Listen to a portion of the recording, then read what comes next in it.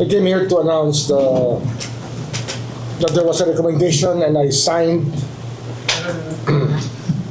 for a 6-month preventive suspension of the Sergeant at Arms of Acting Sergeant at Arms of the Senate, Mama Plaska, for what happened the other night, and it's just it's a preventive suspension meant to make things easier for us to get to the bottom of things.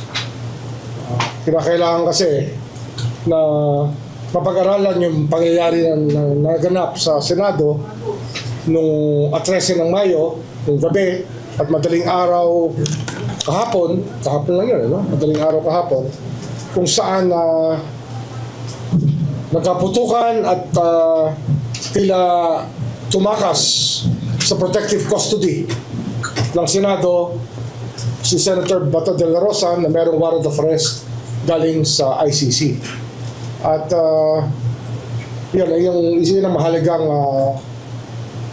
balita na inaanunsyo ko ngayon sa inyong lahat sapagkat kinakailangan kumilos tayo sa bagay nito.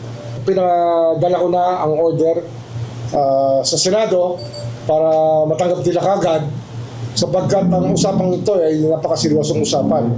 Sa isang opisina na itinatag ng ating saligang batas, ang mga pangyayaring ito ay hindi katanggap-tanggap, lalo-lalo na na siya ay gumaganap bilang Sergeant at Arms at siya pa nagpaputok, unang putok ng baril. It's worrisome if we allow this to go unpunished and just ignore it. We cannot ignore something of this magnitude.